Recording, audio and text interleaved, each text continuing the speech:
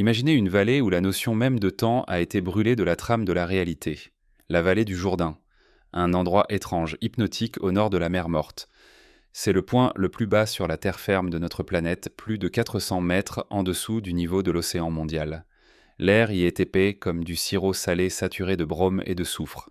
Le jour, il tremble au-dessus du sable incandescent, créant des mirages qui, depuis des milliers d'années, rendent fous les caravanes et les armées. Pendant des siècles, les bédouins locaux et les pèlerins superstitieux contournaient ces collines étranges, anormalement arrondies, en se transmettant de bouche à oreille des légendes murmurées sur un lieu maudit. Un lieu où la colère de Dieu a effacé de la surface de la terre les villes des grands pécheurs. Nous, les gens modernes, avons l'habitude de considérer cela comme un mythe religieux, une belle et terrifiante parabole morale sur le châtiment des vices et de l'orgueil. Cela ressemble à de la science-fiction, à une métaphore de la justice divine absolue. Mais et si chaque mot de cette description ancienne et terrifiante n'était ni de la religion, ni de la mystique, ni une allégorie? Et si c'était un rapport précis, sec, documentaire d'un survivant oculaire sur une catastrophe réelle physique, astrophysique, survenue exactement il y a 3700 ans? Et si la colère de Dieu avait une formule, une vitesse et une température de fusion? Un groupe d'archéologues, de géologues, de géochimistes, de médecins et d'astrophysiciens, dirigé par le docteur Stephen Collins et le docteur Philip Sylvia de l'université Trinity Southwest, a décidé de mettre cette légende à l'épreuve. Ils sont venus en Jordanie sur la colline de Tal el-Hammam, un énorme monticule silencieux cachant les ruines d'une ancienne mégapole endormie sous la terre depuis des milliers d'années. Ils ont commencé à creuser s'attendant à trouver les artefacts habituels de la région Tesson de poteries os d'animaux domestiques, restes de fondations en pierre. Mais ce qu'ils ont trouvé à 1,5 mètre de profondeur les a forcés à abandonner les pinceaux archéologiques pour prendre des dosimètres, des magnétomètres, des microscopes électroniques et des analyseurs spectraux. Ils ont découvert une couche de destruction qui ne correspondait à aucune image connue de la science, ni guerre ancienne, ni long siège, ni tremblement de terre tectonique ordinaire. C'étaient des cendres, mais pas de simples cendres grises et molles de bois brûlé ou de toits de chaume. C'était une couche dure vitrifiée noire où la pierre solide s'était transformée en verre fluide, où l'argile avait bouilli et figé en bulles comme de la lave volcanique, où les os humains n'étaient pas simplement cassés, mais broyés en poussière minérale et dispersés par une onde de choc d'une force monstrueuse que nous humains du XXIe siècle avons l'habitude de ne voir que sur les sites d'essais nucléaires du Nevada ou de Semipalatinsk. Les résultats des analyses en laboratoire menées dans 3 universités indépendantes du monde et publiées dans le prestigieux journal scientifique Nature Scientific Reports ont choqué la communauté scientifique et réduit les sceptiques au silence. Ce n'était pas un tremblement de terre, la terre n'a pas bougé. Ce n'était pas un incendie causé par des torches ennemies. Le feu ne peut pas faire fondre le quartz. C'était un impact venu de l'espace. Nous commençons une enquête détaillée sur l'une des affaires les plus terrifiantes et mystérieuses de l'histoire de l'humanité. Nous reconstruirons seconde par seconde, degré par degré, ce jour fatal où le ciel est tombé sur la Terre et a transformé un jardin paradisiaque en enfer radioactif. Pour comprendre l'échelle véritablement inimaginable de cette catastrophe, il faut d'abord voir ce qui a été perdu. Tal el-Hammam n'était pas un petit village oublié de Dieu, de bergers ou un campement temporaire de nomades. C'était un véritable New York ou Londres de l'âge du bronze. Une gigantesque cité-État fortifiée comme ne l'ont jamais rêvé même la légendaire Jéricho ou Jérusalem. Les fouilles qui ont duré 15 ans ont révélé un système défensif massif et génialement conçu. La ville était entourée d'une muraille extérieure de 4 mètres d'épaisseur et jusqu'à 15 mètres de hauteur. Ces murs étaient construits avec des millions de briques crues séchées au soleil, renforcées par des tours, des bastions et des remblais de terre, des glacis destinés à protéger contre les béliers. À l'intérieur vivaient des dizaines de milliers de personnes l'élite, riches marchands, artisans habiles, puissants, prêtres guerriers professionnels. C'était un centre commercial et administratif incroyablement riche et prospère contrôlant les ressources en eau du Jourdain et les routes commerciales reliant l'Égypte à la Mésopotamie. Elle dominait toute la partie sud de la vallée, le soi-disant « disque du Jourdain ». Par sa superficie et sa population, elle était 10 à 15 fois plus grande que Jérusalem à l'époque. C'était une véritable superpuissance régionale, le centre de la civilisation. Et soudain, vers 1650 avant Jésus-Christ, plus ou moins, 50 ans confirmés par l'analyse au radiocarbone de centaines d'échantillons, la vie s'est arrêtée ici. Pas progressivement à cause d'une sécheresse ou du déclin du commerce. Pas dégradée par des guerres. Elle s'est arrêtée net, au sommet de sa puissance. Les archéologues, en dégageant couche culturelle après couche, mètre après mètre, ont découvert un vide chronologique étrange et effrayant. Les historiens appellent cela le gap de la civilisation de la fin de l'âge du bronze, Late Bronze Age Gap. Après 1650 avant Jésus-Christ, cette région, la plus fertile, la plus riche en eau, la plus habitable des environs, a été totalement abandonnée. Abandonnée non pas pour 1 an ou 10 ans. Elle est restée morte pendant 600 ans, 6 siècles sans une seule âme vivante. Pas une nouvelle muraille, pas un feu de berger solitaire, pas un tesson de poterie. Les gens qui vivaient à proximité dans les montagnes évitaient d'annoncer cet endroit comme la peste, comme une terre maudite. Pourquoi ont-ils fui? Ce paradis où coulait l'eau et poussait le meilleur orge. Le meilleur orge. Qu'est-ce qui a pu les terrifier au point que la mémoire génétique collective de leur horreur ait survécu 20 générations? La réponse se trouvait dans la couche de cendres noires de charbon et de débris d'1,5 mètre d'épaisseur. Cette couche de destruction, une bande sombre, grasse et huileuse dans la coupe stratigraphique du sol qui, même des milliers d'années plus tard, sent encore le brûler, le sel et la mort. Et dans cette couche, les scientifiques ont trouvé des indices impossibles à expliquer par les technologies primitives du monde ancien. La première chose qui a frappé les archéologues en triant les décombres et les trouvailles, c'est la céramique. Des milliers et des dizaines de milliers de tessons de vaisselle en argile, cruches d'eau, assiettes énormes, pitois pour stocker le grain. Mais ils avaient un aspect étrange, anormal, effrayant. La céramique ordinaire de l'âge du bronze, c'est simplement de l'argile cuite au four. Mais ces tessons étaient fondus. Leur surface extérieure tournée dans une direction s'était transformée en verre verdâtre lisse et glissant. Certains morceaux bouillonnaient, gonflaient comme si l'argile avait bouilli comme une soupe sur la cuisinière avant de figer instantanément dans une fraction de seconde. Les scientifiques incrédules ont envoyé les échantillons en laboratoire pour analyse thermique. Le verdict des physiciens fut clair, sec et d'autant plus terrifiant pour transformer cette argile spécifique avec sa composition chimique en ce verre trinitite, il fallait une température d'au moins 1500 degrés Celsius. Mais ce n'était que le début. Dans certains échantillons de plâtre, d'enduit et de briques, on a trouvé des cristaux microscopiques de zircone. Le zircone est un minéral très réfractaire utilisé dans les réacteurs nucléaires modernes. L'analyse a montré que ces cristaux anciens avaient bouilli, leur structure s'était détruite et ils s'étaient transformés en badléite. Ce processus physique nécessite une température supérieure à 2000 degrés Celsius. Réfléchissez à ces chiffres. Arrêtez-vous et prenez conscience. La température d'un feu ouvert lors d'un incendie ordinaire, même le plus violent d'une ville, bois brûlant, chaume, huile d'olive, tissu, atteint au maximum 800 à 900 degrés Celsius. La température dans un four spécial pour cuire la céramique de l'époque, attisée par des soufflets, environ 1000 à 1100 degrés Celsius. D'où venaient ces 2000 degrés Celsius? Une telle chaleur à la surface de la Terre ne peut provenir que de 2 cas, l'épicentre d'une explosion nucléaire ou la chute d'un gros corps céleste entrant dans l'atmosphère à vitesse hypersonique. Aucun incendie naturel, aucun feu de forêt, aucun volcan inexistant géologiquement là-bas, aucun ennemi avec des torches et des mélanges incendiaires n'aurait pu faire fondre les pierres, les briques crues, le métal et la céramique au point qu'ils coulent, comme de l'eau, et se transforment en verre.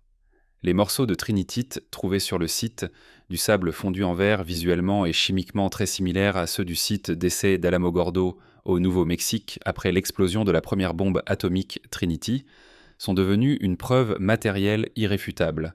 La ville a été brûlée par un feu inhabituel, brûlée par une impulsion thermique de plasma. Le soleil est descendu sur Terre. Toutes les destructions avaient un vecteur clair. Les murs ne se sont pas simplement effondrés sous leur propre poids ou dispersés de manière chaotique comme lors d'un tremblement de terre ordinaire. Ils ont été tranchés, balayés, déplacés de leurs fondations. Tous les débris, tous les pots brisés, toutes les poutres en bois, tous les os humains gisaient dans une seule direction stricte du sud-ouest vers le nord-est. C'est l'image classique typique d'une explosion dirigée. L'onde de choc est venue du sud-ouest depuis l'extrémité nord de la mer Mortée. Elle a frappé la ville avec une force cinétique monstrueuse. Les parties supérieures des murs en briques, ces 15 mètres de hauteur dont les ingénieurs de l'époque étaient fiers, ont été simplement rasées, réduites en poussière rouge et emportées par le vent sur des kilomètres. Les remblais défensifs de 4 mètres d'épaisseur construits pendant des siècles et considérés imprenables par n'importe quelle armée ont disparu en une seconde. Leurs restes ont été étalés dans la vallée sur des centaines de mètres, comme du beurre sur du pain. Les fondations du palais principal, le bâtiment le plus haut et le plus fortifié de la ville. Une citadelle à plusieurs étages sur la colline ont été coupés à zéro jusqu'à la base rocheuse. Les étages supérieurs ont simplement disparu. La comparaison avec les données modernes sur les essais d'armes nucléaires, les explosions industrielles et les chutes de météorites a montré une ressemblance effrayante avec les explosions aériennes. Airburst. Cela rappelait le météorite de Tunguska de 1908 en Sibérie qui a abattu une forêt sur 2000 km². Sauf que cette explosion était bien plus puissante et s'est produite beaucoup plus près de la Terre au-dessus d'une zone densément peuplée. La modélisation informatique a montré que l'objet cosmique n'a pas percuté la Terre. Il n'y a pas de cratère. On l'a cherché longtemps sans le trouver. Il a explosé en l'air. Un bloc de glace noyau de comète ou astéroïde rocheux friable type tas de gravats est entré dans les couches denses de l'atmosphère terrestre sous un angle aigu et, ne supportant pas la pression et le frottement, a détonné à environ 4 km d'altitude. La puissance de l'explosion est estimée à 10 à 15 mégatonnes en équivalent TNT. C'est 1000 fois plus puissant que la bombe atomique Little Boy, larguée sur Hiroshima. Imaginez Hiroshima à l'âge du bronze. Les sceptiques athées et critiques exigeaient des preuves matérielles directes et irréfutables. Peut-être un dégagement inconnu de gaz naturel ou une boule de foudre géante ou un tremblement de terre provoquant un incendie. Mais les géologues ont posé sur la table leur atout principal mortel. Une preuve impossible à falsifier ou à interpréter de deux façons. Le quartz choqué. Le quartz est l'un des minéraux les plus courants et les plus durs sur Terre. Sa maille cristalline est incroyablement stable. Pour la modifier pour briser la structure interne du cristal, il faut une pression de centaines de milliers d'atmosphères, des gigapascales. Une telle pression dans la nature n'apparaît que dans 2 cas dans le manteau terrestre à très grande profondeur ou lors de l'impact d'un corps cosmique à vitesse hypersonique. Aucun volcan, aucun tremblement de terre, aucun incendie ne crée une telle pression en surface. Au microscope électronique à balayage en laboratoire, dans les échantillons de Tol El Hammam, on a trouvé des grains de sable de quartz avec des micro-fissures caractéristiques des déformations planaires P, D, F, S. Ce sont des lignes croisées à l'intérieur du cristal. C'est l'empreinte digitale d'un astéroïde, le saut cosmique impossible à contrefaire. Mais ce n'est pas tout. Dans la couche de destruction, on a trouvé des microsphères, sphérules. Ce sont des métaux évaporés et instantanément figés en vol-fer-silicium ainsi que platine, iridium, osmium, palladium. L'iridium et le platine sont très rares en surface de la Terre, mais ils sont des matériaux de construction courants des météorites. Leur concentration dans la couche de 1650 avant. Jésus-Christ est exorbitante, dépassant le fond naturel de dizaines voire de centaines de fois. Et le dernier clou dans le cercueil du scepticisme, les nanodiamants. De minuscules diamants invisibles à l'œil nu, des diamantoïdes qui se forment à partir du carbone organique ordinaire, bois, plantes, tissus corporels, vêtements, sous compression et chauffage extrême instantané. La couche de cendres de Tol El Hammam est littéralement truffée de ces diamants. Ce sont les traces de la transformation instantanée de la matière vivante en poussière de diamants carbonés sous le marteau cosmique. Ce sont des diamants nés de la mort. La partie la plus terrifiante, la plus émotionnellement lourde des fouilles, ce ne sont pas les pierres, le verre ni les diamants. Ce sont les gens. Les archéologues ont trouvé les restes des habitants de la ville. Mais ce n'étaient pas des squelettes entiers dans des poses de sommeil, de prière ou de fuite, comme à Pompéi ou Herculanum enseveli sous une cendre volcanique douce. C'étaient des fragments, des éclats de vie. Dans la couche de destruction, les os sont dispersés de manière chaotique. Ils sont broyés dans petits morceaux mélangés à des briques cassées du charbon du verre et des débris. L'analyse médico-légale a révélé des traces de traumatismes extrêmes. Articulations tordues, de manière non naturelle, hyperextension bras et jambes pliées en sens inverse. Certains os sont carbonisés, mais seulement d'un côté, du côté de l'éclair. Ce sont les signes que les gens ont été frappés par une onde de choc se déplaçant à une vitesse bien supérieure à celle du son. Les corps des personnes sur les murs, gardes sentinelles, ou sur les toits plats des maisons dormant car les nuits dans la vallée étaient étouffantes, ont été littéralement déchiquetés. Le vent hypersonique, chargé de sable incandescent de pierre et de fragments de céramique, a agi comme une gigantesque machine à sabler de la taille d'une ville. Il arrachait la chair des os, broyait les squelettes en poussière. La mort survenait plus vite que l'influx nerveux ne pouvait atteindre le cerveau depuis les récepteurs de la douleur. Ils n'ont pas eu le temps de ressentir la douleur. Ils n'ont pas eu le temps d'avoir peur. Ils n'ont pas eu le temps de crier. Ils ont simplement disparu. évaporés en une fraction de seconde, transformés en vapeur et en cendres.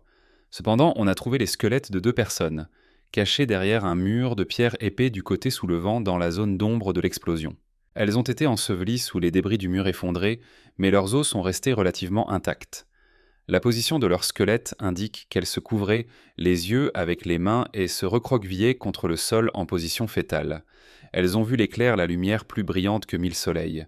Elles ont vu l'éclair la lumière plus brillante que 1000 soleils, aveuglante blanche, premier messager de la fin arrivé quelques secondes avant le son et le choc. C'était la dernière lumière qu'elles ont vue.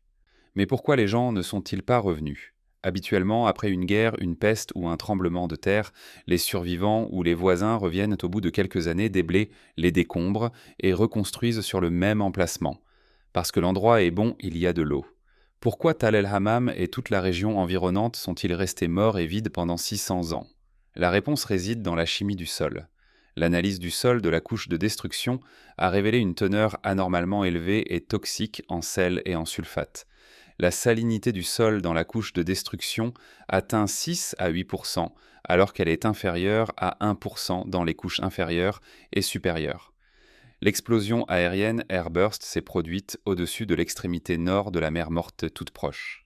L'onde de choc était si puissante qu'elle a enfoncé l'eau du lac vers le bas, puis a projeté dans l'atmosphère un volume gigantesque d'eau sursalée surchauffée de vapeurs brûlantes de bitume et d'anhydrite.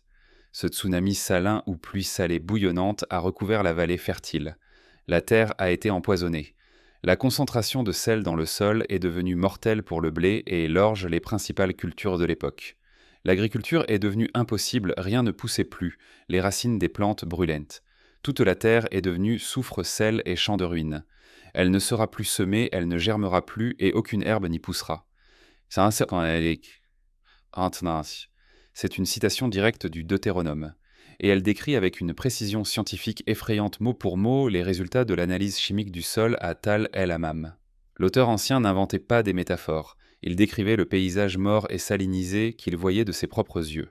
Il a fallu 600 ans pour que les rares pluies saisonnières de ce climat aride lessivent le sel des couches supérieures du sol et que les gens puissent à nouveau cultiver la nourriture. 6 siècles de silence, 6 siècles de malédiction. Cela explique pourquoi une puissante civilisation a disparu de la carte du monde en un instant et pour si longtemps.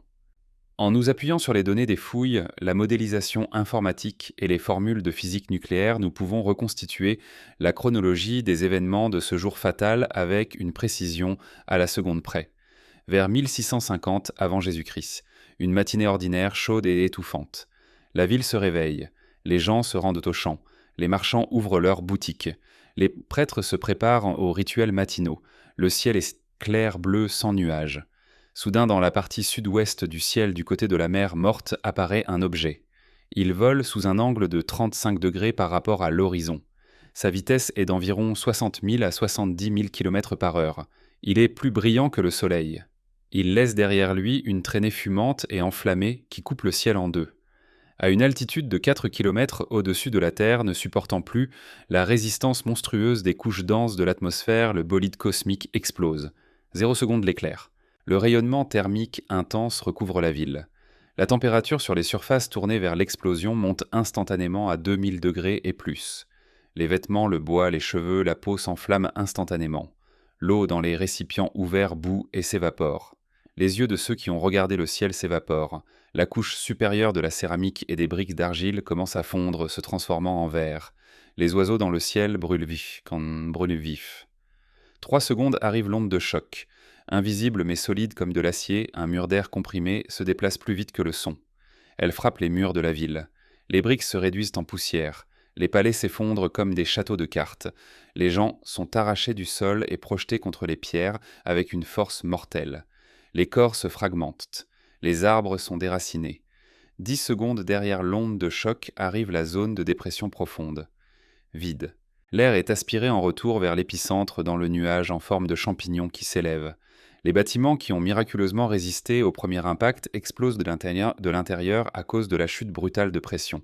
Une minute sur le sol commencent à tomber des pierres incandescentes, des gouttes de métal fondues de la cendre chaude, et le plus terrible, une saumure salée âcre provenant de l'eau évaporée de la mer Morte.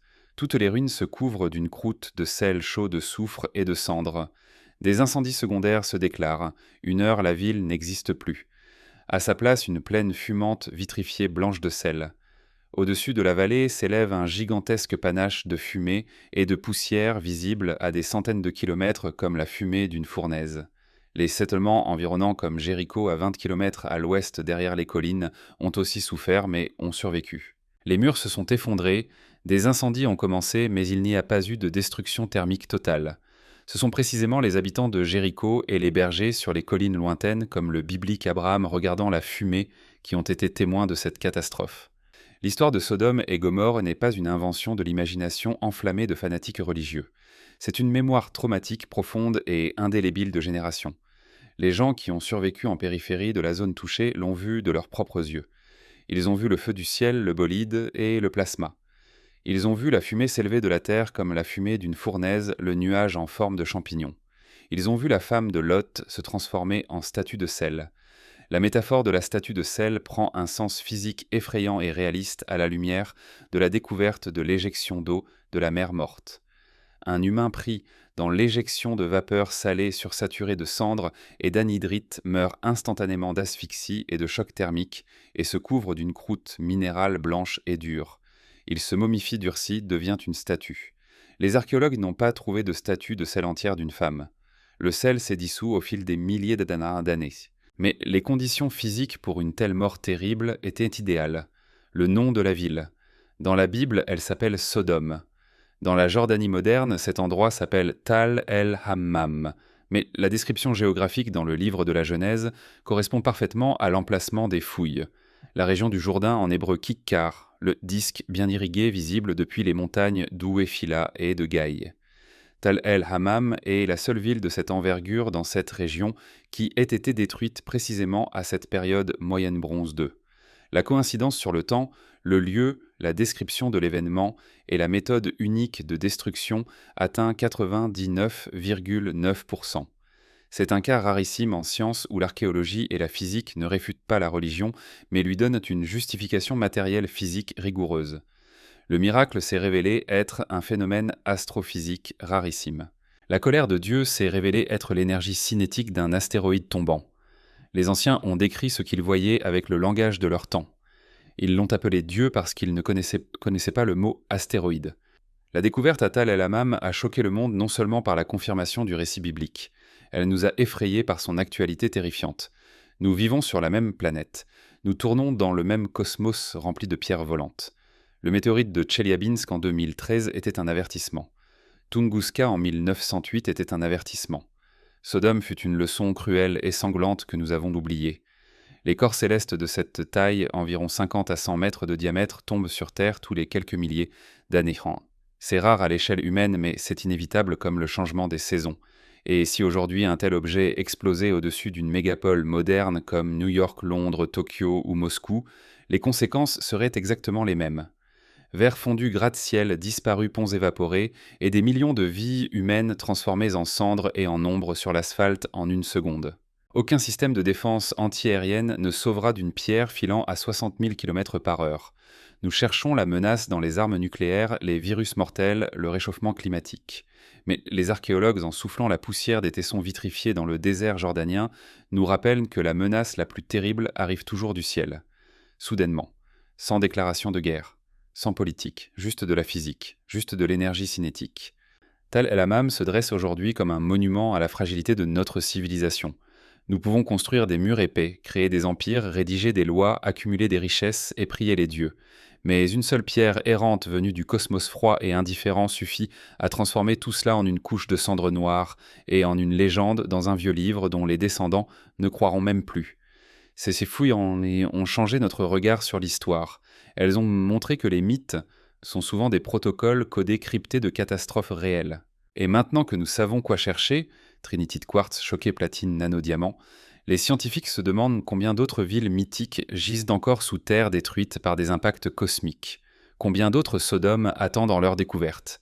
L'Atlantide Mohenjo-Daro avec ses pierres vitrifiées. Les résultats des recherches à Tal el-Hammam ont été publiés dans le prestigieux journal scientifique Nature Scientific Reports en septembre 2021. Ce n'est plus une théorie du complot ni un sermon religieux. C'est un fait scientifique certifié par les signatures de 21 scientifiques de premier plan au monde. Géologues, géochimistes, archéologues, médecins.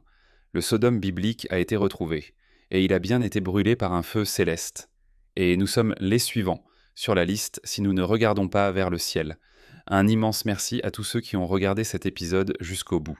Votre soutien, un like et un abonnement sont très importants pour nous. Et n'oubliez pas d'activer la cloche pour rester informé des dernières nouvelles et ne pas manquer nos nouvelles vidéos.